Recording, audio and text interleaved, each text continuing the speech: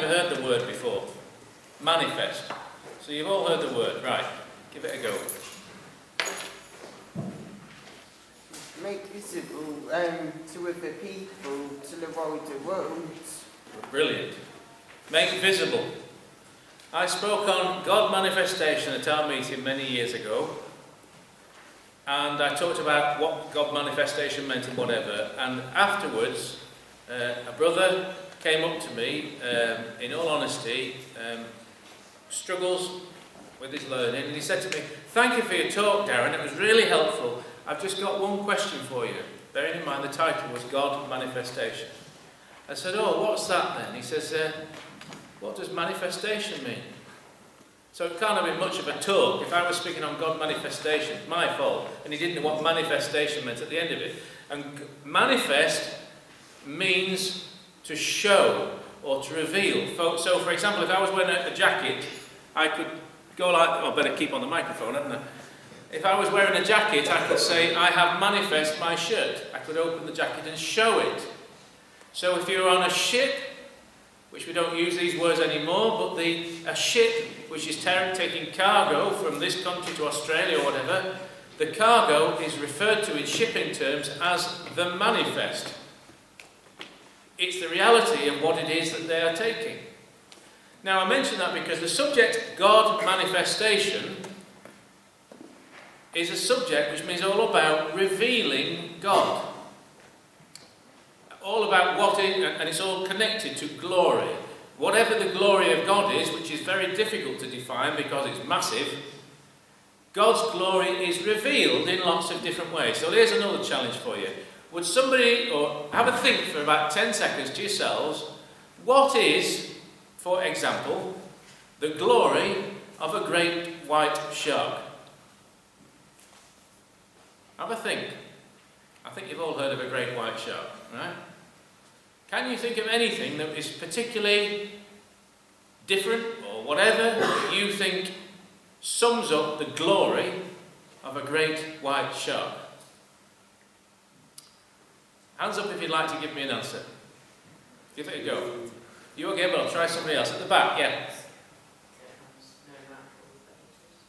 Oh, hey, that's a good one. It's a bit too clever for me. It has no natural predators. Yeah. It's teeth. Yeah. Yeah. To go to the dentist and get whitening treatment, it has teeth like that naturally. It is powerful. Everything on the planet has some form of glory. What's the glory of an ant? Yeah. Brilliant. Yeah, a lot bigger than itself, can't it? You'll know better than me, but what, something like 10 times its body weight? I don't know, something like that. Brilliant. It's just that the equivalent of me carrying him. Well, 10 of him. Right, okay, so what about God's glory? Well, God's glory is revealed in all sorts of... We've just sung about it. "O Lord my God, when I in awesome wonder consider the works thy hand hath made." So the first talk this morning is about the glory of God in what we see in creation. Put your hands up if you've ever been into space. Oh, it's only me. No, I've not. No, I've not. What's unusual about space?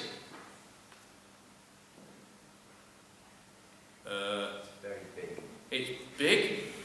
You know, you imagine how big it is, then double it, you're still nowhere near it. It's so big, you can't measure it.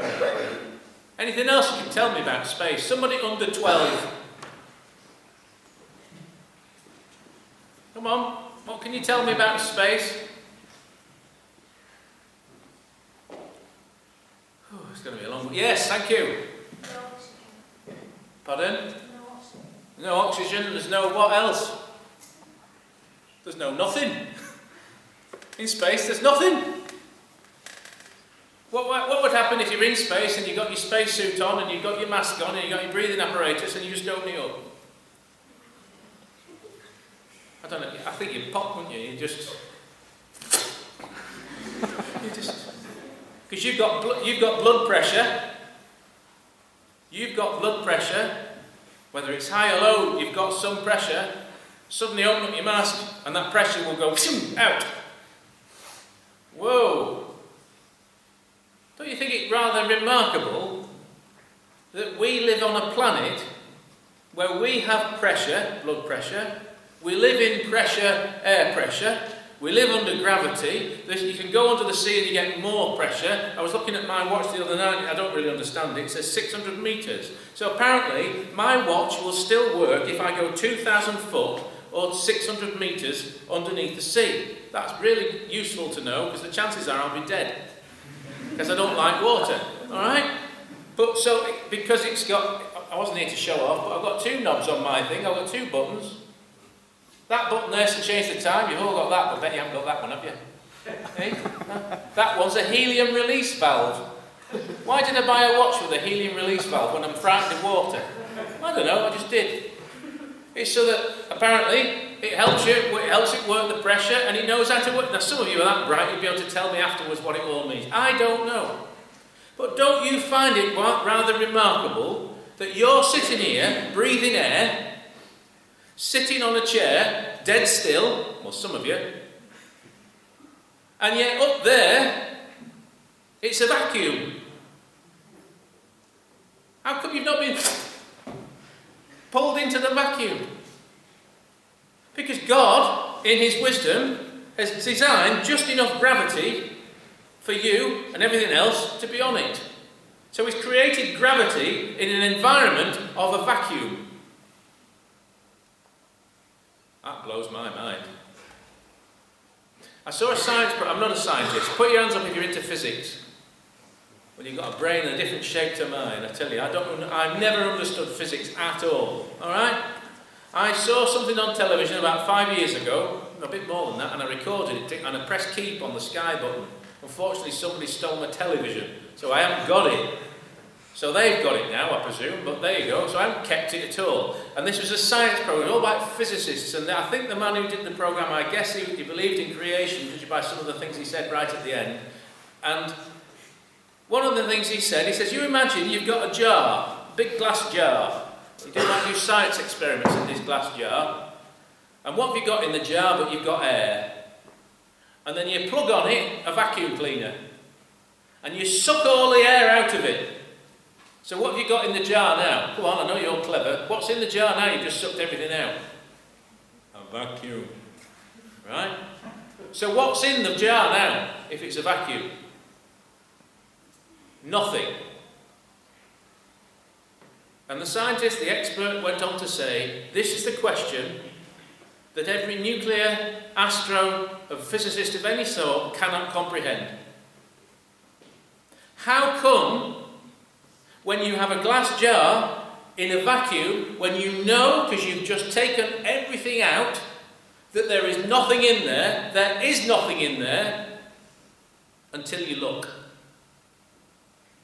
And as soon as you look, it's there. You can find it.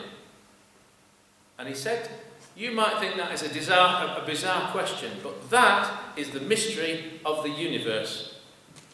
That when we think there is nothing, there is always something, even though we haven't found it.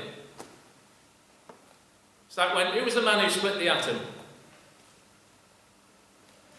Well, that's debatable. It wasn't Einstein, it was somebody else with him. When they'd split the atom, they thought, we've got it. We've got to we've spent thousands of years trying to work out the smallest part of nature. And they split it, they worked it out. We've done it. Within 3 years, 3 or 4 times that was broken. Because they found it smaller and smaller and smaller. And they cannot find the bottom of it. Oh Lord my God, when I in awesome wonder. Put your hands up if you think you're sitting still.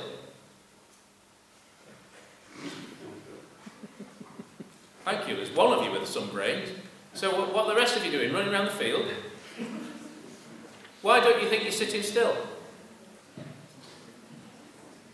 Or are you too shy to answer? Come on, you're supposed to answer questions when I ask you, because that gives me a chance to drink my coffee. Right, yes, in the back. Too small so I have to move so I can see. Say that slower again, sorry. Too small so I have to move so I can see. Oh, right, you're too... Right, okay. That's not really the answer I was looking for, but that'll do. Yeah? Right, open your Bible, Psalm 19.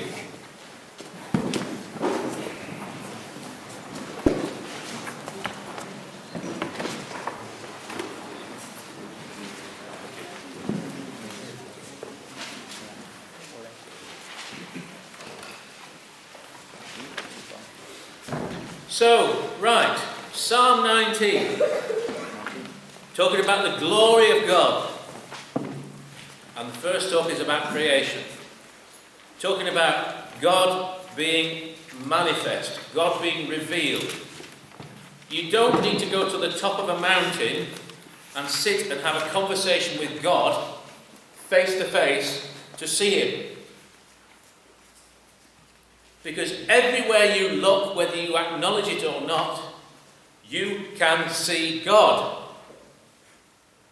Even when you look at a vacuum. Because God has designed it to work like that, therefore you can see it. I know you'll have heard similar arguments to this before, but my brother is a trained car designer. And he wants his favourite car, used to be, I don't know if it still is, put your hands up if you like the Porsche 911. Yeah, good taste. Right, Porsche 911. When looked at from above, it's designed... No, I won't tell you what it's designed to look like. Yes, I will. It's designed to mimic the female shape. You didn't know that? From above, the 911 Turbo. Right, okay. If I said to you that the person that designed the Porsche 911 Turbo designed the Porsche 911 Turbo by getting a pencil, because he did design it with a pencil, and a piece of paper, and he opened the window, and he threw the pencil out, and he threw the paper out, and when it landed at the bottom there was a design which was the Porsche 911 Turbo. Do you believe that? You think I'm a blithering idiot, wouldn't you, if you thought that? And yet many people think that our universe happened by accident. Let's have a look. The heavens declare the glory of God, and the firmament showeth his handiwork. Those of you who are foolish think you are sitting still. What's the earth doing whilst we're talking? Anybody have a clue of what... Now listen, if you're stood on the North Pole, this is what you do. And it takes 24 hours to do it.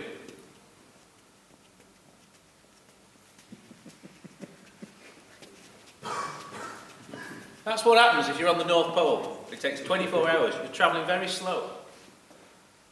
But if you're on the equator, I can't copy that one.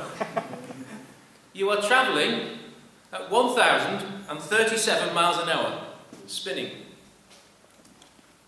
It takes 24 hours for you to do 25,000 miles. By the way, that's my maths, by the way, so I know I might be wrong. It's an estimate for a lad who lives in Yorkshire, so it can't be that accurate. 1,037 miles an hour on the equator. So what are we doing here? I don't know. Where are we up? About 60%?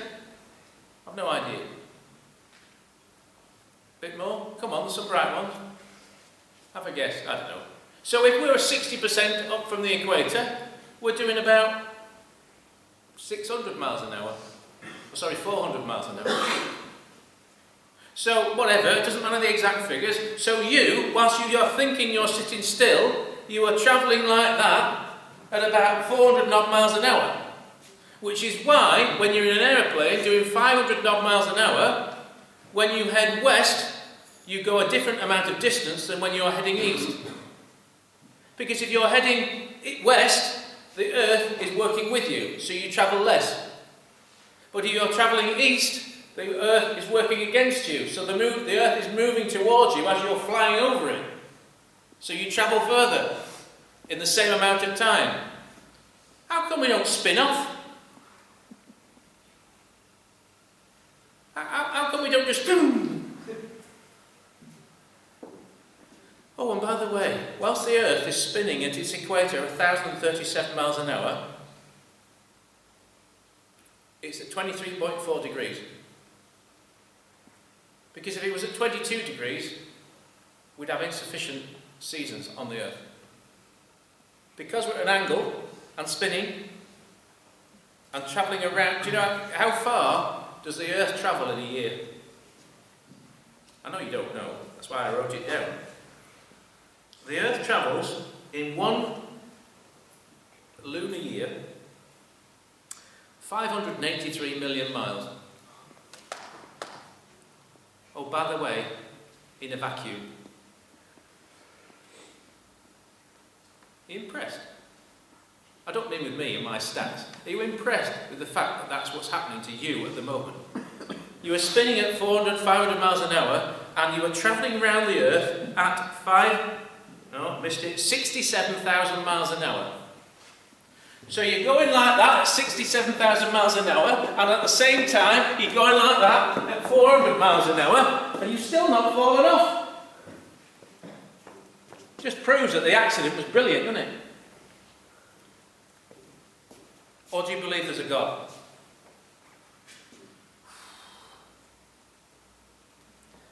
The heavens declare the glory of the Lord. What's the nearest object to the planet Earth? Moon. Before some of you say Mars or something, moon. How far? Would anybody like to have a guess? How far is the moon from the Earth? Go on, have a guess. I wouldn't have had a clue. And don't tell me in kilometres, because that's new language, I don't understand them. Miles. Alright, it's about 240,000 miles away from the Earth. It just so happens, by coincidence, that the distance of the moon from the Earth is exactly the same proportion in relation to the size of the moon in comparison to the sun. So when the moon is exactly in front of us, directly in front of the full sun, it is exactly the same size to the human eye or a telescope. What a coincidence. Do you take that for granted? The moon is tiny in comparison to us, and we are tiny in comparison to the sun. But the distance between us, how many miles are we approximately from the sun? Come on, you should know that. You've gone round it every day of your life, every year of your life for the last 14 years. It's about, what, 93 million miles away? The moon is only 240,000 miles away, and yet they're exactly the same size in proportion. All by chance. What would happen to the Earth, for example, if the moon was only 20% of the distance that it is away from the Earth? Have a guess. There'd be no life on Earth. Because twice a day, there will be a tidal wave that will cover the highest mountains on the planet. Do you know how the expert, you know what an expert is? Sorry if you're doing physics and you want to go to university. You know what an expert is, don't you? I'm talking as a salesman now. An X is a has-been and a spurt is a drip under pressure. So if you're an expert in these things, then you're a drip under pressure, right? Unless you believe that God did it.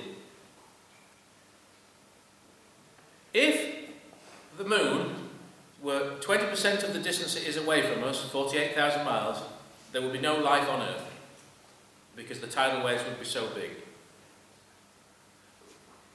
What if the moon were twice the distance away from the Earth that it currently is? There'd be no life on Earth. There'd be no tidal system. The clouds wouldn't be encouraged to move around. What an accident. Do you know why the experts believe that the moon is in exactly the right place? Because this happened. This is laughable. What happened is, you've got the Earth here, which at the same time it's travelling at 67,000 miles an hour and spinning, that as it's doing 67,000 miles an hour, an asteroid comes from space, heading towards Earth, and it just happens to collide. Fine. If it had approached the Earth's atmosphere at 1 degree less, there'd be no planet Earth. Because everything would have exploded, rather there'd be no life on earth, that's what I meant to say. If it had been 1 degree more, so the angle was a little shallower, there'd be no life on earth. Because when the moon hit the earth, or what it's now called our moon, if it had been 1 degree less, it would have hit our earth, and literally, they say, bounced off and carried off into space. And as if by some accident, the scientists want to tell us that this thing that hit us just happened to hit us at the right angle. It hit our planet, bounced off our planet, and stopped at exactly the right distance. Are you impressed by what people believe? Or do you believe the heavens declare the glory of God? You can watch as many science programs as you need to. Listen to what the scriptures tell you.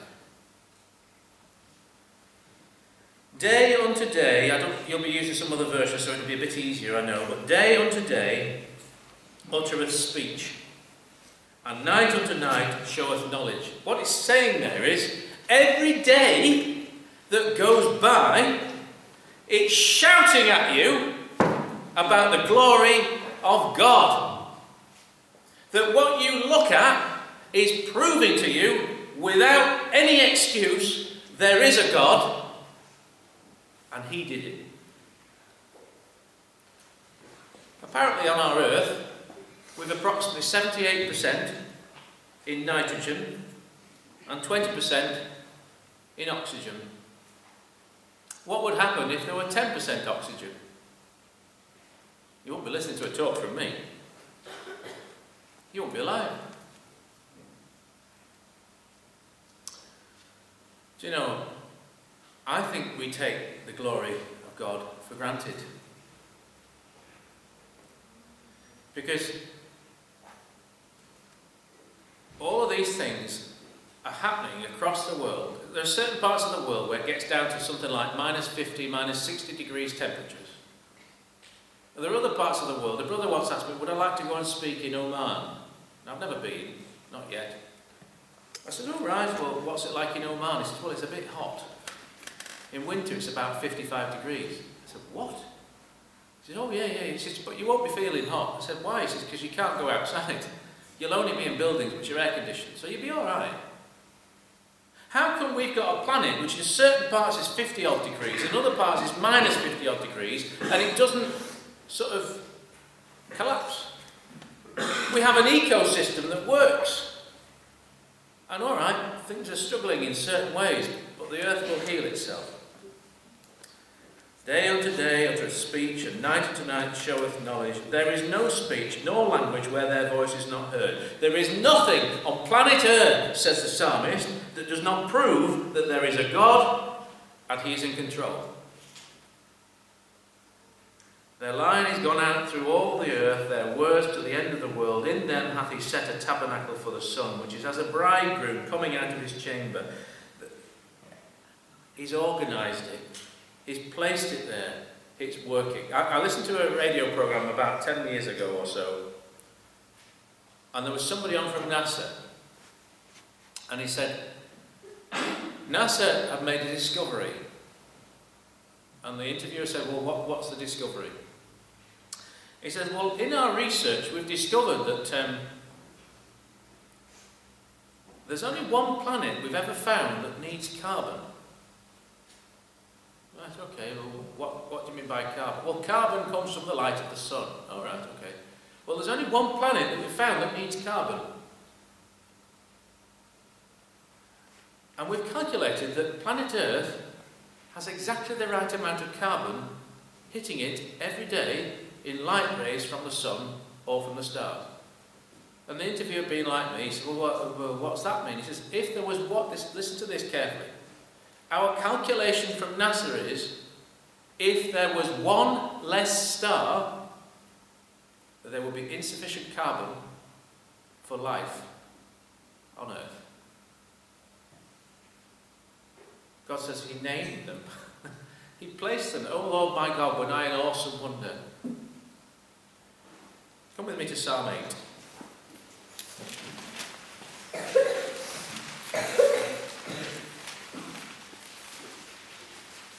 Psalm 8. O Lord, our Lord, how excellent is thy name in all the earth, who has set thy glory above the heavens. You don't have to have a Bible in your hand to see God, because you can see God in all sorts of different ways. And he gives us his word as another talk, but he gives us his word as another way to see him. But we don't have to only have a Bible to see God, we can see it in nature. Out of the mouths of babes and sucklings hast thou ordained strength because of thine enemies, that thou mightest still the enemy and the avenger. It's about something that happens to Jesus later. That when I consider thy heavens, the work of thy fingers, the moon and the stars, which thou hast ordained, what is man that thou art mindful of him? How come, says the psalmist, you can do all of these things, and yet you can think of me? You think of that. He can think of me. He can think of you. The creator of all of these things has thought of you. I've had a difficult week this week, not within my family, but somebody I know who are Christadelphians. Father, I'll say grandfather, is an old man and is quite poorly with cancer. Son, about 5 years ago, of grandfather, when grandfather was diagnosed with cancer, the expert said to the son, you need to get checked out. Why? He says, because this type of cancer is hereditary. He did. A year later, he was diagnosed with the same cancer. So his wife is looking after her husband, who bizarrely, he's got a lovely sense of humour, this brother. He designed the drugs that they're giving him. He knows what they're doing to him, which frustrates the people who have seen him, because he knows more about them than they do. And on Sunday, their son and his wife had twins. And on Monday, she had a heart attack, followed by another heart attack, followed by another heart attack. That's the mother of the twins. I don't know how people cope. But you know what she said to me? God is in control.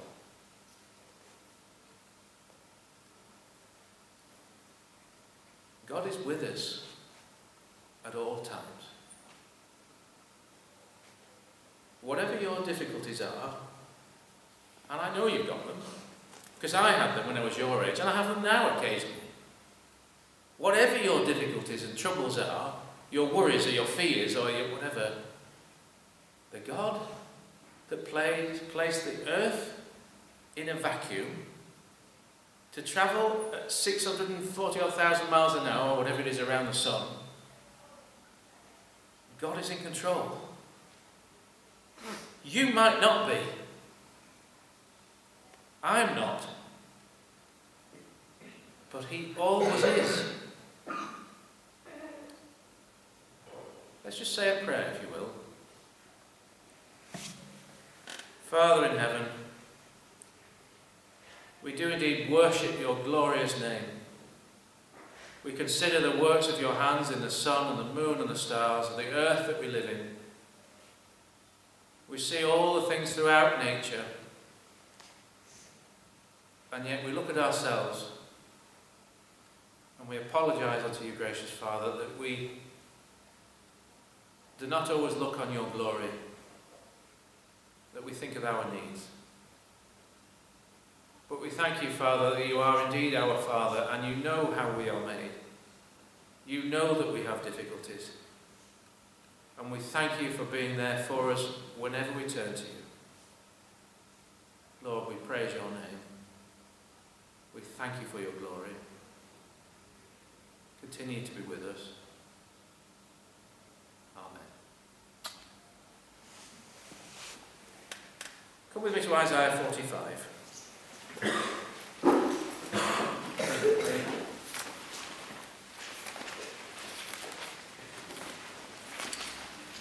I know it's a stupid analogy, but I'm going to go back to it. I don't know who it was, but the man who designed that Porsche 911 I was talking about, man who's now in charge of Porsche, who went to college with my brother, who's a good friend of his, how do you think they would think at Porsche or Jaguar or Ferrari or wherever if we said, well, nobody designed it, it just happened by accident?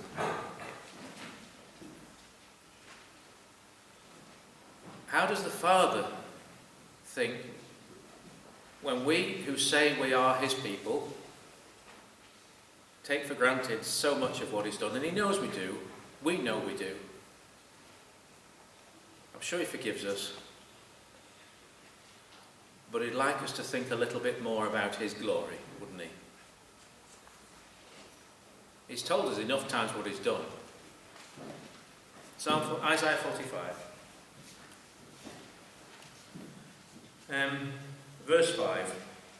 He's speaking here to Cyrus about the things that he's been doing and his people. I am the Lord, and there is none else. There is no God beside me. I girded thee, though thou hast not known me. Why are you made the way you are? Put your hand up if you ever wished that you were a bit different. I always wanted to be 6'2" and 12.5 stone and have a six-pack. Unfortunately, I've only got the six-pack. Hey. Alright, I haven't got one of them either. Why am I made the way I am? Don't you ever say that. I do. God has made you the way you are. You are unique. I once went to give blood. Why anybody would want my blood, I don't know, but there you go. Once went to give blood, and I forgot my card. And the chap said to me, what's your name? I said, Darren Guy, which in Japan is Darren Guy. Sorry, just waking you up.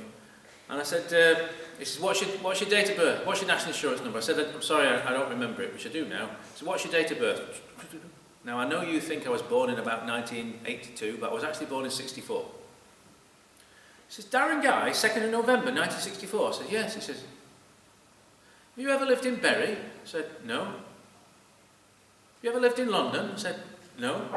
He says, you thought you were unique. We've got 3 Darren Guys with exactly the same date of birth. I said, hey mate, I know I'm unique. You know I'm unique. Some of you didn't know me until today, but you know I'm unique, don't you? You've worked that one out already. You think I've got a screw loose, don't you? Do you know what? You're almost as unique as I am. I wish I was like you.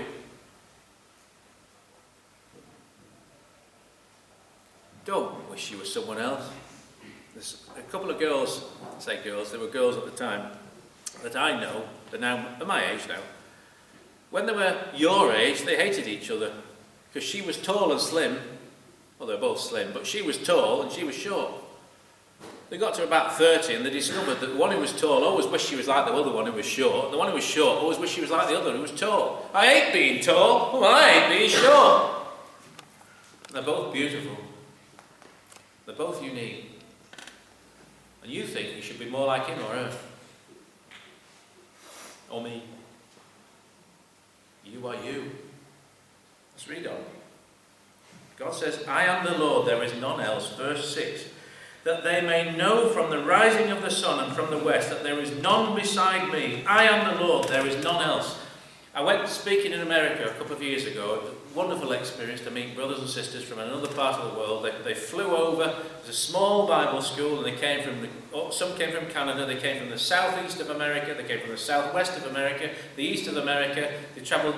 One sister hates flying. She drove for 8 days to get to a Bible school. It's only a small Bible school, about 80 or 100 people, about this size. Well, this size including youngsters. I saw all sorts of wonderful things in America. I saw the Grand Canyon, I saw people like you and me, I saw ice cream. Oh, I love ice cream. I have never seen an ice cream as big in my life. It's like 25 scoops. It was like... Do you know what the best thing I saw the whole of the trip to America? When I flew back, we flew through the night, and I couldn't sleep because your body clock's all over the place. And it was pitch black, and I could see the earth beneath me, and I could... 30,000 foot travelling at 500 miles an hour, and the earth coming towards me at how many miles? I forgot. And all of a sudden, in the distance from the window, I just saw the tiniest glimmer of sunlight.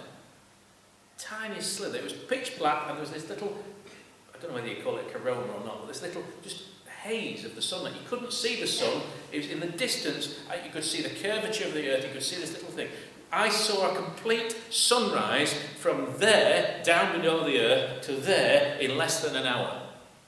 It was the most awe-inspiring thing I have ever seen in my life. Travelling from the west to the east. The sun always rises on the same time of day, you know.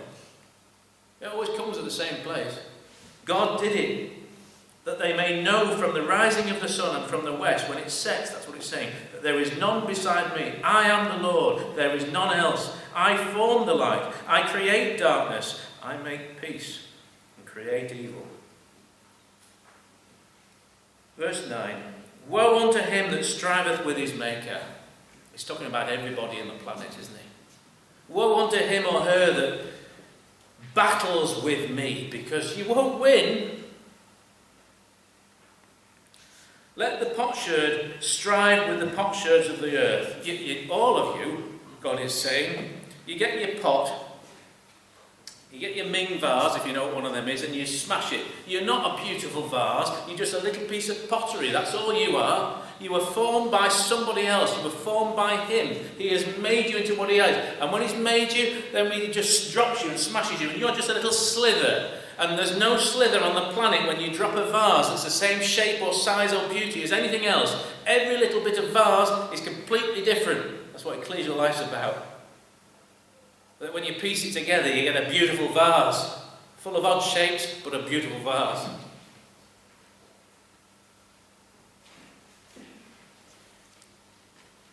Shall the clay say to him that fashioneth it, what makest thou, or thy work he hath no hands?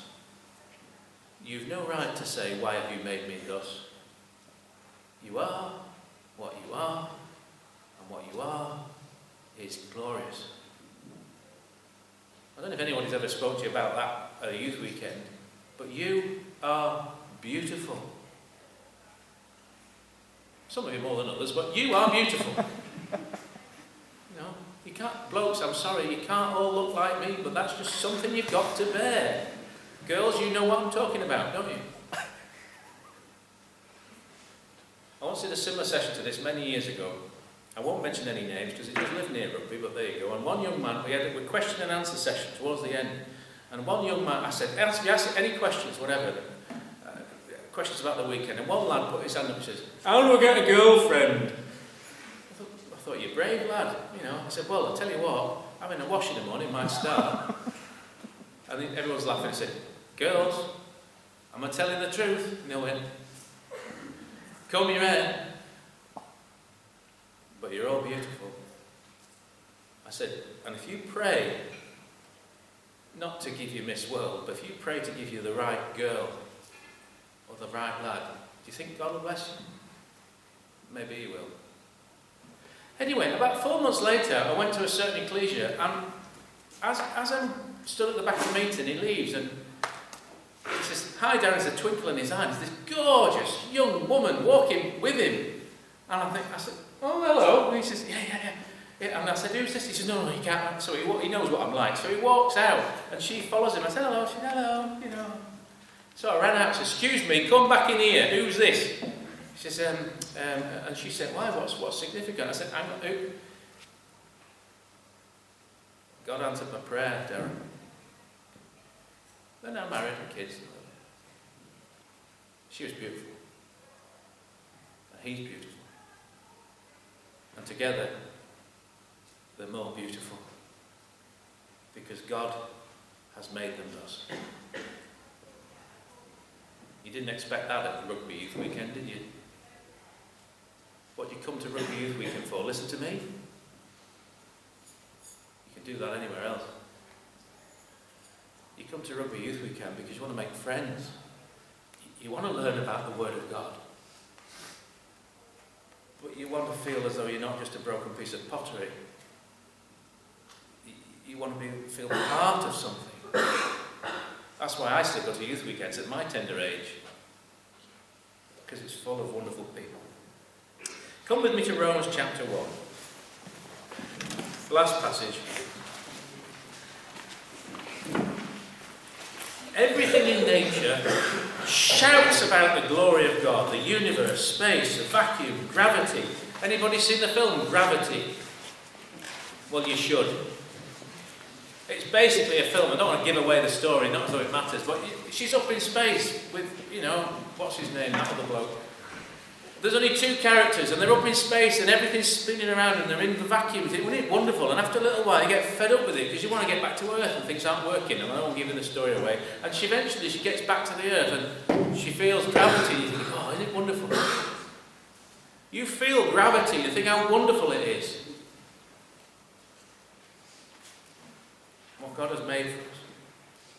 Romans chapter 1, it's all shouting about the glory of God. Verse 15.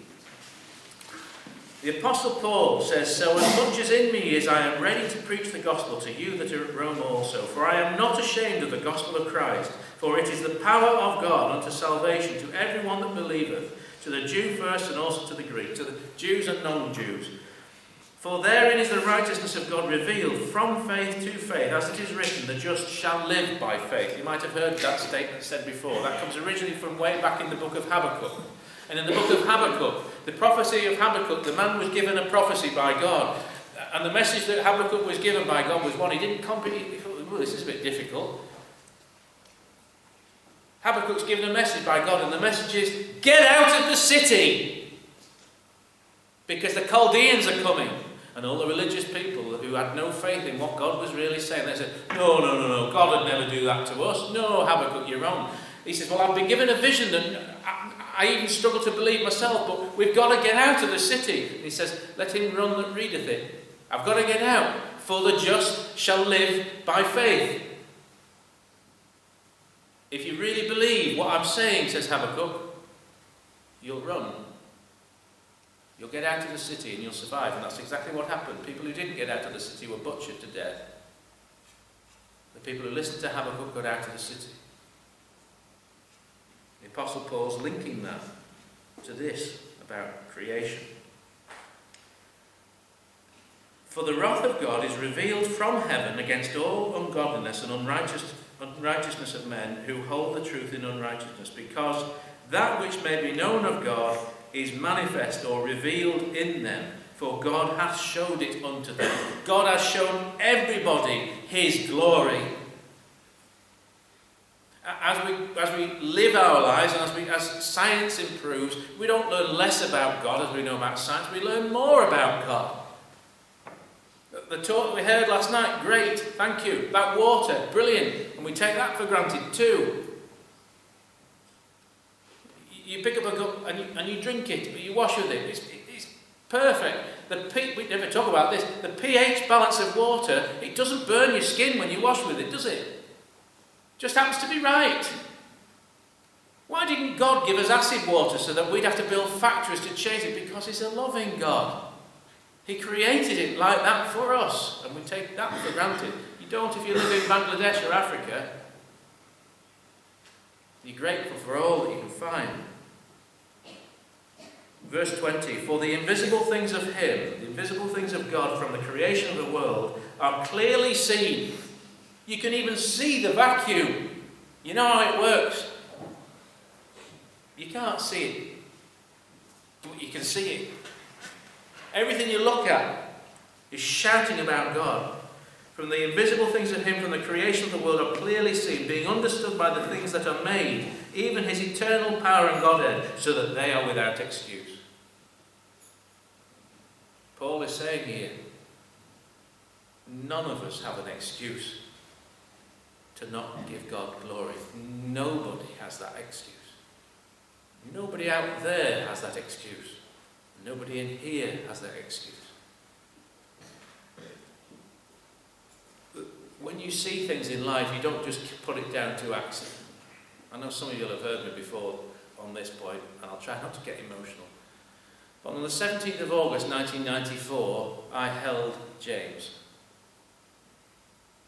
Your parents have done the same with you. Did I think, well, what's it? useful accident. It's awe-inspiring. And the eyes worked, and the mouth worked, and the lungs worked, and they knew how to breathe in their oxygen at the right rate, and the heart worked. And then when my other son was born, not everything worked.